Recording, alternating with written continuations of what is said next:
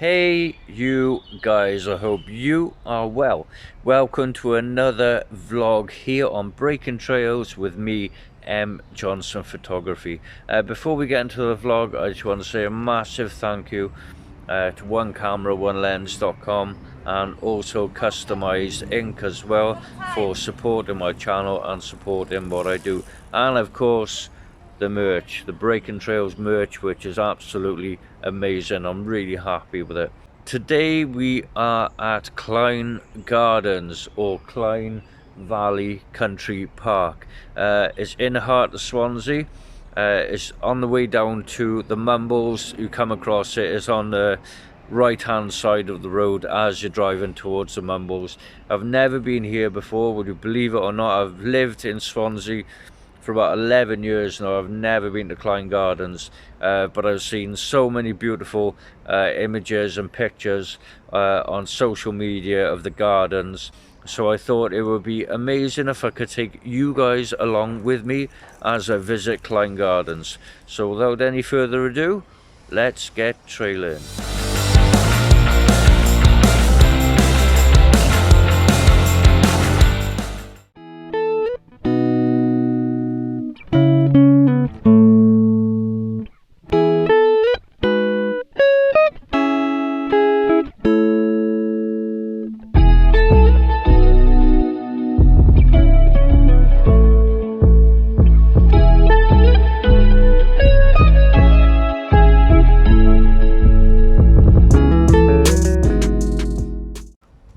Okay, so here we go, entering Klein Gardens or Klein Country Park. I've just taken a quick composition of this path here with a lovely greenery in the background. I've got my tripod with me today so I can keep it at 100 ISO. I mean, if I was to use handheld in this situation, I would probably have to bump the ISO up a bit, but because I've got my tripod now with me today, I can drag out the shutter speed. Which means you can keep it at a relatively low ISO, and of course the old saying goes, when it comes to ISO, keep it low. So it's just a case of balancing out the shutter so the metering kind of meets dead center in the middle. A few pointers for today's vlog. First of all, I want to say a massive thank you to everyone who has reached out to me through Facebook and other social media platforms.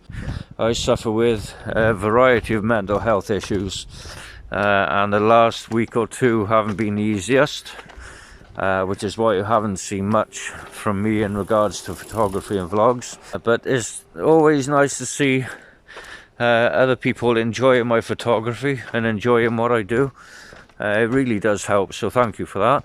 Second of all, you may have noticed the footage so far is a lot smoother than the other vlogs that I've produced, and that is down to the new DJI OM4 or Osmo 4 gimbal, and I'd rather create content for you that's watchable in my opinion.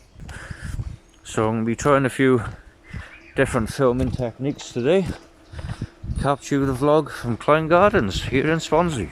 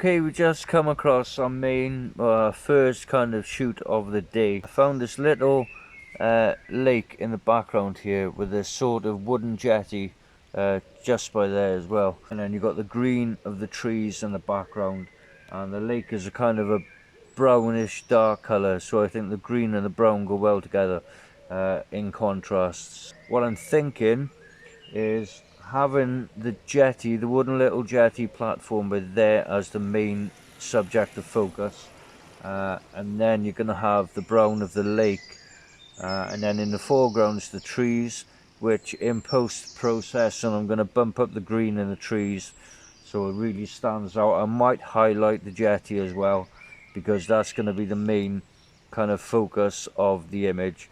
And of course the brightest area of your image is where the viewer's eye is going to see first. I'm keeping it on an f8 aperture, which I think is ample because it's going to capture everything in the shot. 1/25th of a second because I'm on 100 ISO. Remember, the lower the ISO, the darker the image is going to be. As long as there's a light source, like the sun or headlamps or street lamps or whatever your light source is going to be, then it will pick it up. So we're going to go for a 5-second timer. With a 5-second timer, it just eliminates any camera shake that might be present in the image. Have a quick look at that. Yeah, I'm really happy with that. I think the image works well. I think the jetty is prominent enough. The lake is really dark as well, so I might have to brighten that up a bit. But the trees in the background look really full and vibrant, so I'm happy with that.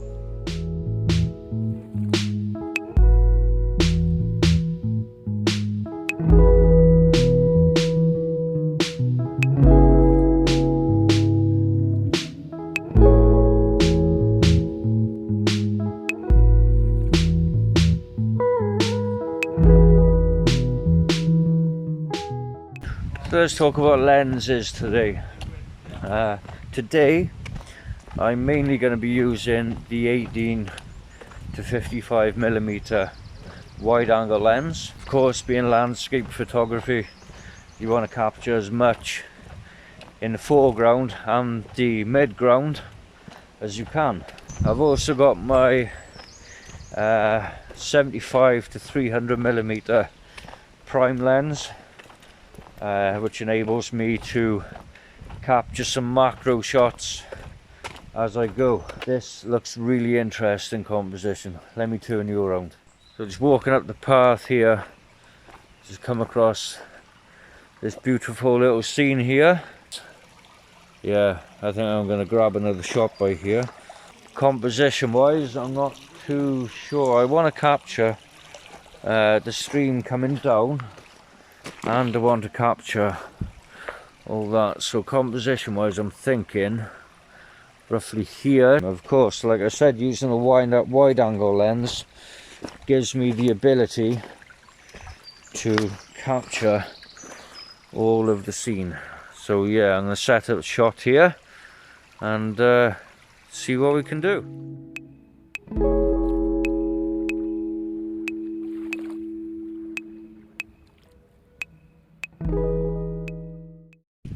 And on we go. I'm not entirely happy with the composition of that shot, but I'll keep it. I'll see what I can do with it. I want to talk a little bit about equipment and other people's photography, if I can, for a second.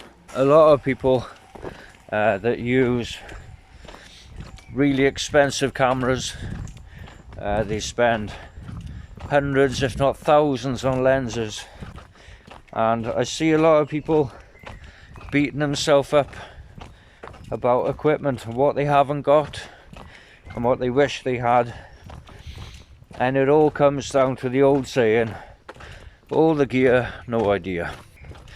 In regards to equipment, you know, it doesn't really matter what kind of camera you own. If you just shoot on a camera phone, if you shoot on a DSLR, if you shoot on a mirrorless, it doesn't really matter. All you need to learn and think about is the exposure triangle. Now with the exposure triangle, obviously I'm talking about ISO, shutter speed and aperture, which combined all together make ideal exposure for the shot. As long as you learn basics, you know, I shoot on a Nikon D3 500, which is not the most expensive camera.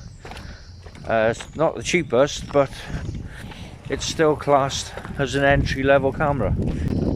The second point I want to make is about other people's photography. I see a lot of people beating themselves up about the images they produce, and other photographers' images on social media look so much better, so much more professional than what they could ever achieve.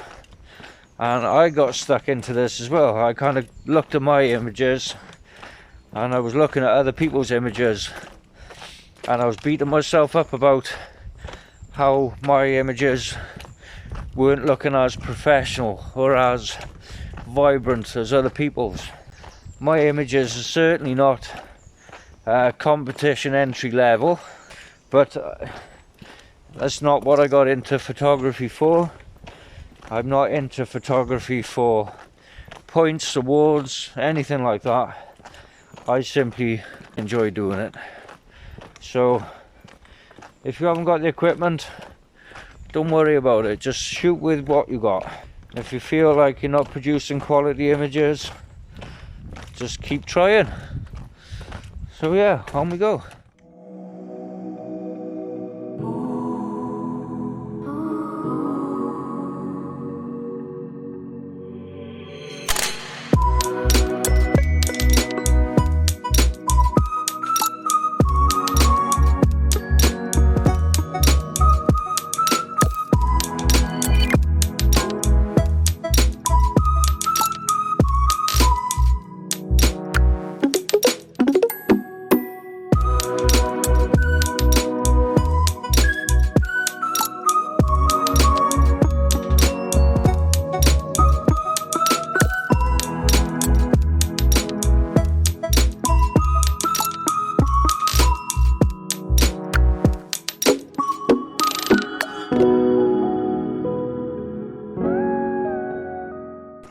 So here we are, guys. We have taken a path apparently to some old brickworks. As you can see, it's all signposted. It's where to go. I think we're going to follow the old brickworks, I think. Let's see what we can find down here. I'm really happy as well that you guys seem to be enjoying the Breaking Trails Big Summer Adventure. So far we've been to Poulton's Park and Alton Towers. If you haven't checked out those vlogs yet, please do. Obviously, if you do enjoy them, or if you're enjoying Breaking Trails in general, please leave a comment in the comment section down below. So yeah, let's go and find these brickworks.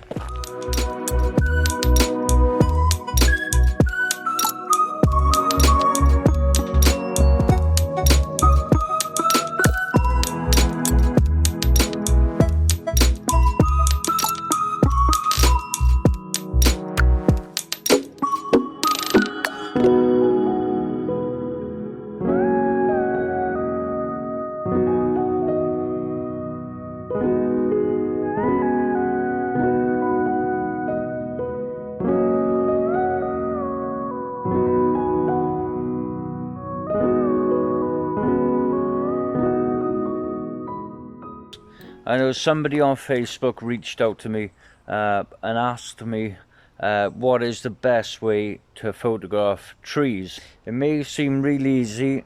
Set up your camera, set up your tripod, get a subject like a tree here, just snap away and be happy with it. But if you're looking for a particular feature of a tree, this tree here, if you've got a particular part of the tree which you really want to focus on, such as somebody's engraved their name into the tree, but if you only wanted to focus on that, then your best bet would be to use maybe a lens that achieves something over 150mm. The key for this is to keep your aperture as low as you can. I mean, you could use, to focus on this name here engraved in the tree, you could use something like an f-stop of maybe 2.5, a really low aperture number. It's going to capture some of the green moss around the name as well, and you can really tone that up, saturate the green, so the green really stands out on the tree, but you also get whatever you're shooting on the tree itself. If you want to shoot the whole tree, then my advice would be to change to portrait mode. Obviously with the camera, your DSLR, your phone, whatever you're shooting on, you can shoot in landscape or you can shoot in portrait.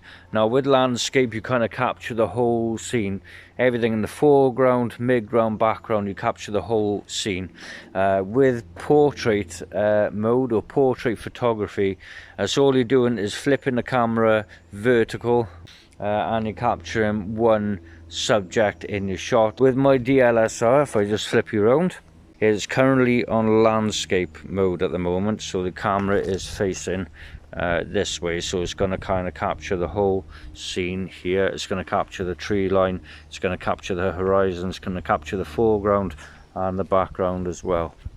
So on my tripod, if I flip this switch here like so, now that is now in portrait mode, and you'll see that my LCD screen is vertical as well. So what I'm basically doing is I'm not capturing the horizon across, I'm capturing what's dead in front of me. So yeah, that's my advice for shooting trees or tree lines. An absolutely beautiful place. Just caught this little stream here. I think it made for a really interesting image. I caught just up the top by there, shooting downwards. So I haven't got the stream dead center because I've noticed a lot of my images sort of dead center. There's nothing wrong with the subject being dead center in the frame, but obviously with some images it's better to have the subject either to the left or to the right a bit. It just makes the image a bit more interesting to look at. Anyway, we're heading over to the old brickworks, as the signpost stated back there. So yeah, we'll catch up with you when we get there.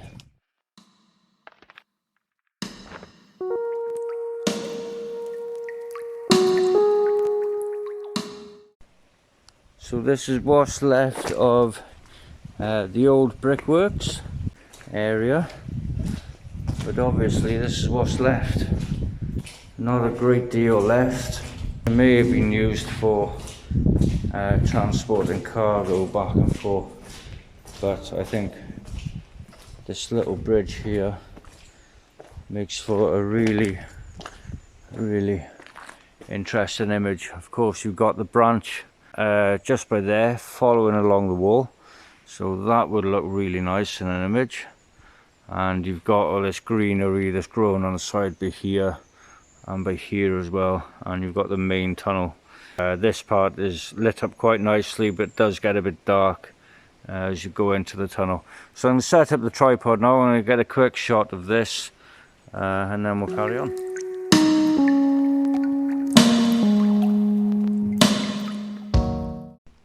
Okay, I'm quite happy with that shot.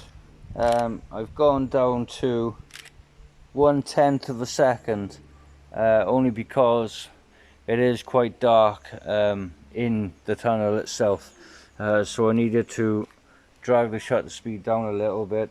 I'm still shooting at f8 and I'm still shooting at 100 ISO. So when you're shooting with lower shutter speed, I mean, I get this a lot. You may not get the shot in one take. It may take 3 or 4 shots just to get the lighting right.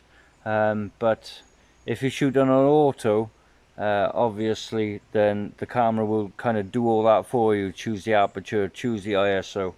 But if you really want to learn how to use the camera and really unleash the potential, then you need to switch to manual mode. I love the green that's kind of grown around the tunnel. It's really nice, really vibrant. It looks really old and dated.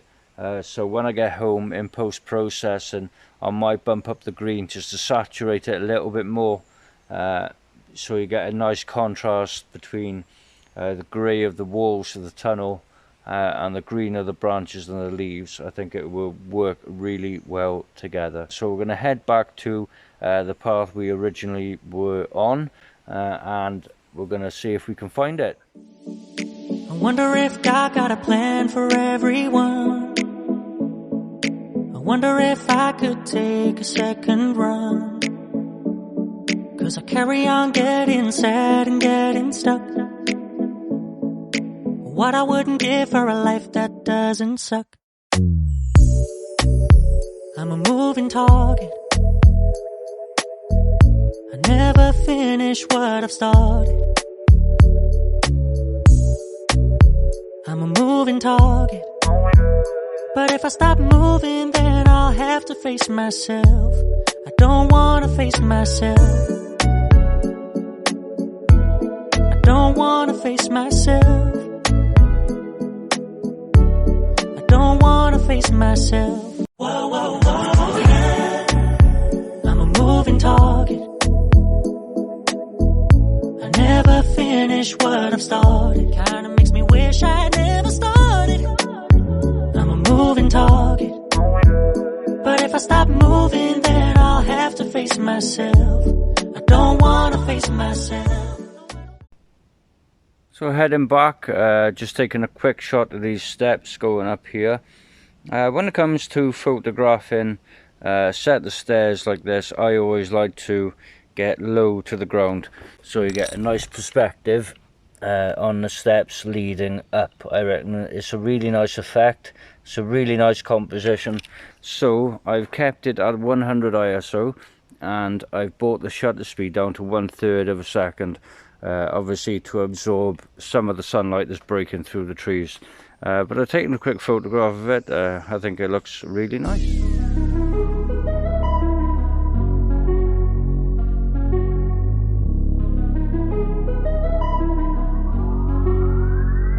Girl, get in position. Girl, get in position.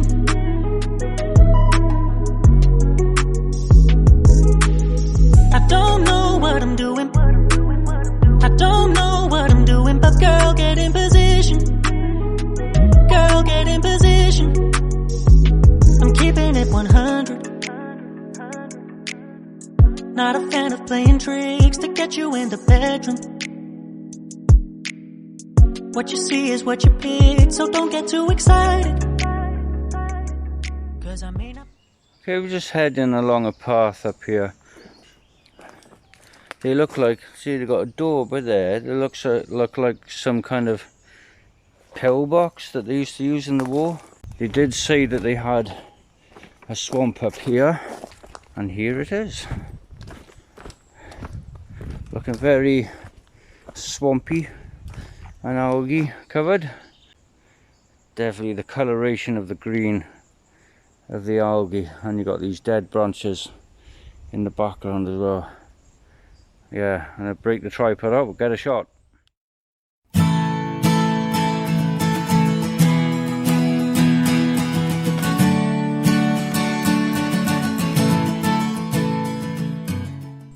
Okay, I'm going to be making my way back to the car park now. But on the way back now, I'm going to pop my 75 to 300 millimeter prime macro lens on the camera, just so I can capture any small details on the way back that I couldn't capture with the wide angle. So I'm going to attach this lens now, and then we'll head back and see what we can capture close up.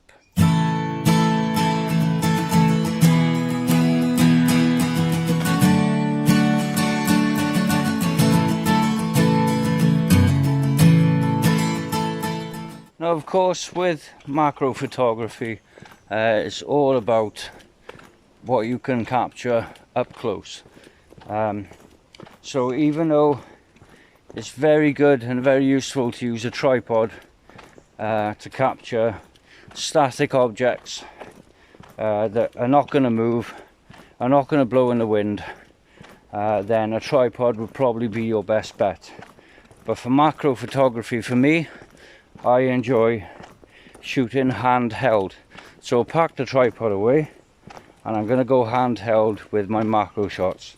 I don't know what I'm going to capture. When it comes to anything that's moving fast, for example, birds, squirrels, mice, anything like that, bees even, if you're going to capture anything like that, then the best bet for capturing something in motion would be to use a continuous shutter. Our continuous shutter is basically your camera taking a series of shots depending on how long you push your finger down on the shutter button for. So you can then go back to post editing and pick out the best one that you like for an action shot. So that's what I normally use for fast moving objects, birds in flight, things like that. For anything else like flowers, it's just a case of balancing out the ISO. You just got to keep to a really low aperture. Open up the aperture ring to something like, I don't know, 2.5, a really low aperture. That's all you need really for macro photography. With shutter speed, again, it varies on the light. I mean, if you want to bump up the ISO, then bump up the ISO. If you need to compensate for light, then obviously speed the shutter speed up a bit. The only issue with slowing down the shutter speed for macro photography when you're not on a tripod is obviously camera shake. You're going to introduce a bit of camera shake if you bring the shutter speed down and you're not using a tripod, so just be wary of that. So we're going to make our way back now. We'll see what we can capture.